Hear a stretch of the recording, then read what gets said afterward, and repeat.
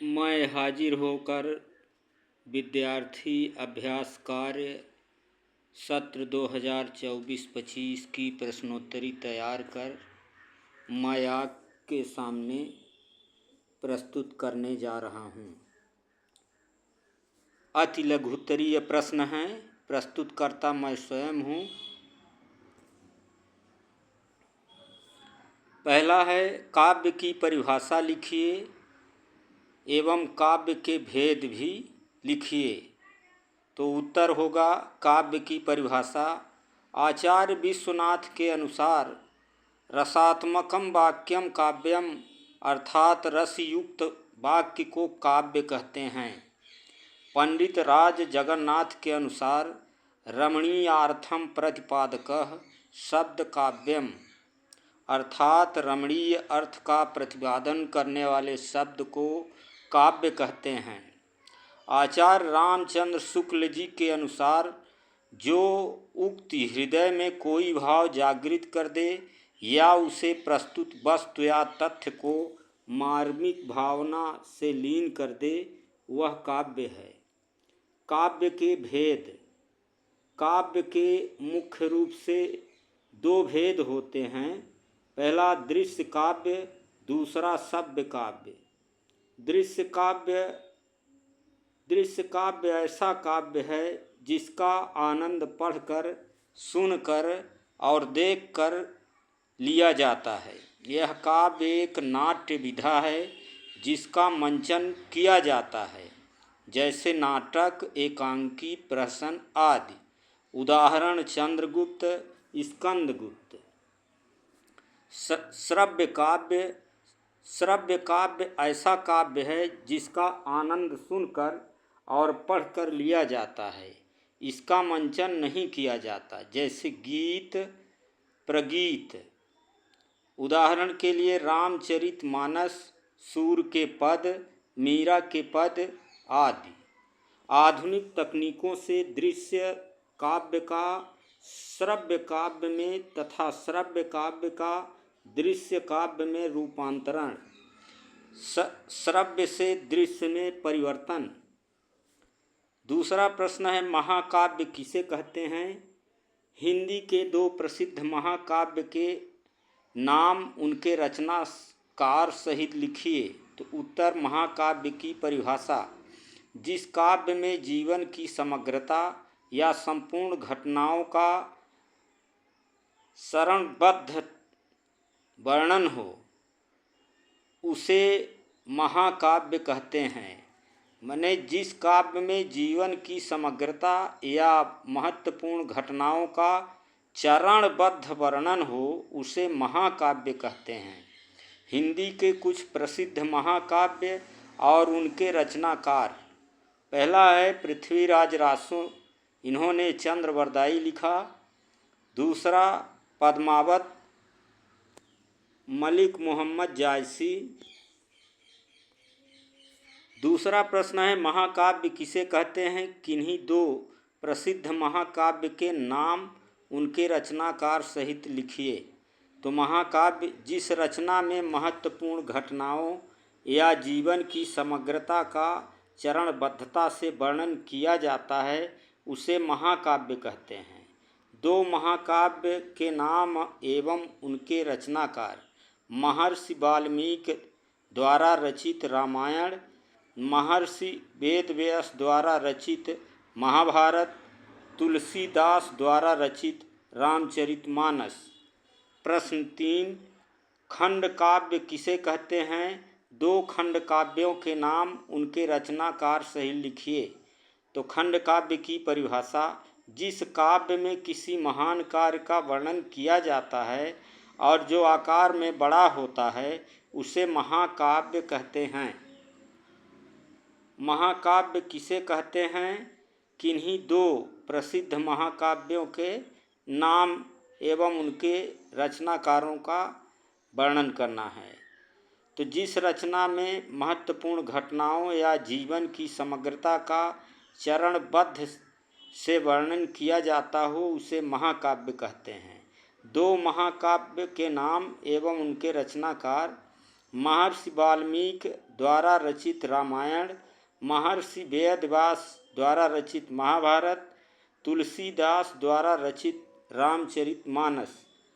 खंड काव्य के कुछ नाम और उनके रचनाकार: पार्वती मंगल तुलसीदास, जानकी मंगल तुलसीदास, सुदामा चरित नरोत्तम दास। प्रश्न चौथा है, प्रबंध काव्य किसे कहते हैं, उनके भेदों को उदाहरण सहित लिखिए। तो प्रबंध काव्य की परिभाषा है, प्रबंध काव्य में कवि किसी खास विषय पर काव्य रचना करता है, जैसे ऋतुओं का वर्णन, प्रकृति का वर्णन। प्रबंध काव्य के अंतर्गत महाकाव्य, खंड काव्य और आख्यान नीतियाँ आती हैं। प्रबंध काव्य के दो भेद होते हैं, पहला है महाकाव्य एवं दूसरा है खंड काव्य। पहला महाकाव्य, इसमें किसी ऐतिहासिक या पौराणिक महापुरुष की संपूर्ण जीवन कथा का आद्योपांत वर्णन होता है, जैसे पद्मावत, रामचरितमानस, कामायनी, साकेत आदि महाकाव्य हैं। दूसरा है खंड काव्य। खंड काव्य किसी व्यक्ति के जीवन के किसी एक भाग का वर्णन करने वाला काव्य होता है। खंड काव्य के उदाहरण पंचवटी, सुदामा चरित्र, हल्दी घाटी पथिक, विप्र सुदामा, पार्वती मंगल, जानकी मंगल, रश्मि रथी। महाकाव्य एवं खंड काव्य में अंतर लिखिए। तो उत्तर है, महाकाव्य और खंड काव्य में अंतर इस प्रकार है। पहला, महाकाव्य में किसी महान व्यक्ति के जीवन का वर्णन होता है, जबकि खंड काव्य में जीवन की किसी खास घटना को लेकर लिखा जाता है। दूसरा, महाकाव्य में कई वर्ग होते हैं, जबकि खंड काव्य प्रबंध काव्य का एक रूप है। तीसरा, महाकाव्य में अनेक रसों और छंदों का प्रयोग होता है, जबकि खंड काव्य में चरित्र नायक का जीवन पूरी तरह से कवि को प्रभावित नहीं करता। प्रश्न छठा, प्रबंध काव्य और मुक्तक काव्य में अंतर लिखिए।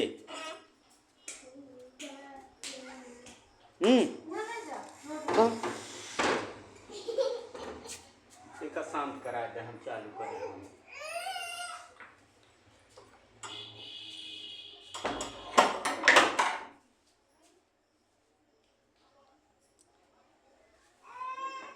खेद है। प्रबंध काव्य और मुक्तक काव्य में अंतर लिखिए। उत्तर, प्रबंध काव्य और मुक्तक काव्य में अंतर: प्रबंध काव्य में एक कथा होती है, जबकि मुक्तक काव्य में कथा के स्थान पर भाव और विचार होते हैं। दूसरा, प्रबंध काव्य के छंदों में तारतम्यता होती है, जबकि मुक्तक काव्य में छंदों में निर्बंधता होती है।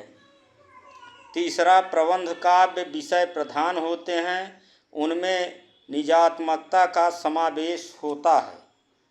सातवां प्रश्न, आख्यानक गीतियाँ किसे कहते हैं, उदाहरण सहित लिखिए। उत्तर, महाकाव्य और खंड काव्य से अलग पद्यबद्ध कहानी को आख्यानक गीतियाँ कहते हैं। इसमें वीरता, साहस, पराक्रम, बलिदान, प्रेम, करुणा वगैरह से जुड़े प्रेम घटना चित्र होते हैं। आख्यानक गीतियाँ से जुड़े कुछ उदाहरण: श्री कृष्ण जयंती में कृष्ण के जन्म की रात का वर्णन और फिर उसका अवतरण। कथा संगीत का मतलब है संगीत जो एक कहानी कहता है। प्रश्न 8, रस किसे कहते हैं, रस के अंगों के नाम लिखिए। तो रस की परिभाषा: रस का शाब्दिक अर्थ है आनंद। काव्य में जो आनंद आता है उसे रस कहते हैं। रस के 4 अंग होते हैं: अस्थायी भाव, विभाव, अनुभाव और संचारी भाव। प्रश्न 9, करुण रस की परिभाषा उदाहरण सहित लिखिए। उत्तर, करुण रस की परिभाषा: करुण रस में किसी अपने के विनाश, वियोग, द्रव्यनाश या प्रेमी से बिछुड़ जाने या दूर चले जाने से जो दुख या वेदना उत्पन्न होती है उसे करुण रस कहते हैं। उदाहरण, दुख ही जीवन की कथा रही, क्या कहूँ आज जो नहीं कहीं। वीर रस की परिभाषा उदाहरण सहित लिखिए। उत्तर, वीर रस की परिभाषा, जब किसी काव्य या रचना से वीरता जैसे भाव की अनुभूति होती है उसे वीर रस कहते हैं। वीर रस का उदाहरण, बातन बातन बत बढ़ होई गए, आओ बातन माँ बाढ़ीरार, दुनहु दलमा हल्ला होई गया, दुनहु खींच लई तलवार। प्रश्न 11, रौद्र रस की परिभाषा उदाहरण सहित लिखिए। उत्तर, रौद्र रस की परिभाषा, जब किसी व्यक्ति या पक्ष द्वारा आपकी निंदा की जाती है, अपमान किया जाता है या बुरा भला बोला जाता है तो मन में जो क्रोध का भाव उत्पन्न होता है उसे रौद्र रस कहते हैं। रौद्र रस के उदाहरण, श्री कृष्ण के सुन वचन अर्जुन क्रोध से जलने लगे। प्रश्न 12, अद्भुत रस की परिभाषा उदाहरण सहित लिखिए। उत्तर, अद्भुत रस भारतीय काव्य शास्त्र के रसों में से एक है। जब किसी व्यक्ति के मन में आश्चर्यजनक वस्तुओं को देखकर विस्मय जैसा भाव उत्पन्न होता है तो उसे अद्भुत रस कहते हैं। अद्भुत रस के कुछ उदाहरण, आंसू आना, रोमांच, गदगद होना, कांपना, आंखें फाड़कर देखना। प्रश्न 13, विभाव किसे कहते हैं, यह कितने प्रकार के होते हैं। विभाव की परिभाषा, किसी काव्य में किसी वस्तु या विषय के वर्णन को पढ़ने से जो भाव उत्पन्न होते हैं उन्हें विभाव कहते हैं। विभाव दो प्रकार के होते हैं, आलंबन और उद्दीपन। 14वां, दसवां रस किसे माना गया है, उदाहरण सहित लिखिए। उत्तर, हिंदी व्याकरण में वात्सल्य रस को 10वां रस माना गया है। वात्सल्य रस का स्थायी भाव वात्सल्यता या अनुराग होता है। वात्सल्य रस का उदाहरण है, यशोदा हरि पालने झुलावें, हलरावें दुलरावें, जोई सोई कछु गावें। प्रश्न 15, विभाव और अनुभाव में अंतर लिखिए। मेरे लाल को आए निदरिया, तू का है ना अंत सुलावे। उत्तर, भावना को उत्पन्न करने वाले मूल कारण या उत्तेजक को भाव या निर्धारक कहते हैं। इसीलिए विभाव कारण है और भाव प्रभाव है। अनुभाव परिणाम यह भावनाओं की बाहरी अभिव्यक्ति है जिसके द्वारा अभिनेता अपने मन और हृदय को दर्शकों तक पहुंचाते हैं। प्रश्न 16, स्थायी भाव और संचारी भाव में अंतर लिखिए। स्थायी भाव और संचारी भाव में अंतर। अस्थायी भाव, हृदय में अस्थायी रूप से निवास करने वाले भावों को भाव कहा जाता है। इनकी संख्या पहले 9 मानी गई थी, किंतु वात्सल्य को रस की मान्यता मिलने पर इसकी संख्या 10 हो गई है। रति, क्रोध, घृणा, भय आदि अस्थायी भाव हैं। दूसरा, संचारी भाव, आश्रय के चित्त में जल्दी जल्दी बनने और बिगड़ने वाले भाव को संचारी भाव कहते हैं। इसे व्यभिचारी भाव के नाम से भी जाना जाता है। इनकी संख्या 33 मानी गई है। शंका, आवेश, मोह, जड़ता आदि संचारी भाव हैं। प्रश्न 17, अस्थायी भाव किसे कहते हैं और यह कहाँ विद्यमान रहते हैं। उत्तर, अस्थायी भाव की परिभाषा, जो भाव हृदय में अस्थायी रूप से विद्यमान रहते हैं उन्हें अस्थायी भाव कहते हैं। ये भाव हमारे हृदय में विद्यमान होते हैं और अनुकूल वातावरण में जागृत हो जाते हैं। प्रश्न 18, छंद किसे कहते हैं, छंद के प्रकार लिखिए। तो उत्तर में छंद की परिभाषा, छंद कविता या पद्य रचना की एक विशेष शैली है। इसमें शब्दों, मात्राओं और लय का एक निश्चित क्रम होता है। छंद को पद्य रचना का मापदंड कहा जाता है। छंद के मुख्यतः दो प्रकार हैं, वार्णिक छंद और मात्रिक छंद। प्रश्न 19, दोहा छंद की परिभाषा उदाहरण सहित लिखिए। दोहा एक प्रकार का मात्रिक छंद है। दोहे में 2 पंक्ति और 4 चरण होते हैं। दोहा 23 प्रकार का होता है, जैसे भ्रमर, सुभ्रमर, सरग, मंडूक, नर, स्वान इत्यादि। प्रश्न 20, चौपाई छंद के लक्षण उदाहरण सहित लिखिए। चौपाई सममात्रिक छंद होता है। इसमें 4 चरण होते हैं। इसके प्रत्येक चरण में 15-15 मात्राएं होती हैं। प्रत्येक चरण के अंत में गुरु लघु मात्राओं का आना अनिवार्य होता है। इसके 2-2 चरणों में तुकांत होता है। 21, अलंकार किसे कहते हैं? अलंकार के भेद लिखिए। तो पहले हम अलंकार की परिभाषा जान लेते हैं। शब्द तथा अर्थ की जिस विशेषता से काव्य का श्रृंगार होता है उसे ही अलंकार कहते हैं। कहा गया है अलंकरोत इति अलंकारः, जो अलंकृत करता है, अर्थात जो अलंकृत करता है वही अलंकार है। अलंकार के भेद, अलंकार कविता और साहित्य में एक महत्वपूर्ण भूमिका निभाते हैं। ये शब्दों और अर्थों को सजाते हैं और उन्हें अधिक प्रभावशाली बनाते हैं। अलंकार के 3 प्रमुख भेद हैं, शब्दालंकार, अर्थालंकार, उभयालंकार। 22वां प्रश्न, अन्योक्ति अलंकार की परिभाषा उदाहरण सहित लिखिए।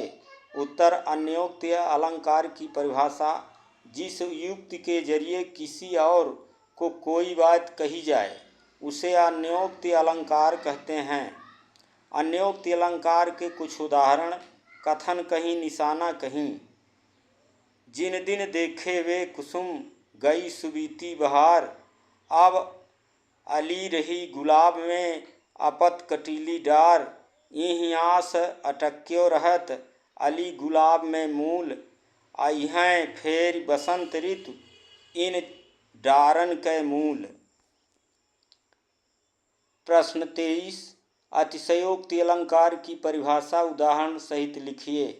उत्तर, अतिशयोक्ति अलंकार की परिभाषा, अतिशयोक्ति अलंकार का मतलब है किसी व्यक्ति, वस्तु या विषय का इतना बढ़ा चढ़ा कर वर्णन करना कि लोक मर्यादा का उल्लंघन हो जाए। अतिशयोक्ति अलंकार के कुछ उदाहरण, देख लो साकेत नगरी है यही, स्वर्ग से मिलने गगन में जा रही, चाँद इतना चमकीला था कि मुझे जलने से बचने के लिए सनस्क्रीन की जरूरत थी। प्रश्न 24, मानवीकरण अलंकार की परिभाषा उदाहरण सहित लिखिए। मानवीकरण अलंकार की परिभाषा, जब किसी प्राकृतिक वस्तु या निर्जीव चीज से मानवीय भावनाओं का वर्णन किया जाता है तो वहाँ मानवीकरण अलंकार होता है। मानवीकरण अलंकार के कुछ उदाहरण, फूल हंसे कलियन मुस्काई, उषा सुनहरे तीर बरसाती, जय लक्ष्मी सी उदित हुई, बादल को पागल के समान माना है। प्रश्न 25, पुनरुक्ति प्रकाश अलंकार की परिभाषा उदाहरण सहित लिखिए। तो परिभाषा ये जान लेते हैं, जिस काव्य में शब्दों की आवृत्ति एक समान हो लेकिन अर्थ अलग अलग हों तो वहाँ पुनरुक्ति प्रकाश अलंकार होता है। उदाहरण के लिए, मधुर वचन कह कह परितोषी, इस पंक्ति में कहीं शब्द का एक से ज़्यादा बार इस्तेमाल किया गया है। इस वजह से काव्य में सुंदरता बढ़ी है, इसीलिए यहाँ पुनरुक्ति प्रकाश अलंकार होगा। अब अंत में my student my India channel की ओर से सभी को प्रणाम करता हूँ और विद्यार्थियों से मैं यही कहूँगा कि इस प्रश्नोत्तरी को आपके अभ्यास पुस्तिका जो रेमेडियल टीचिंग की दी गई है उसमें यह प्रश्न क्रमांक 1 से 25 तक का आप गृह कार्य के तौर पर इसे पूर्ण करें। सादर प्रणाम।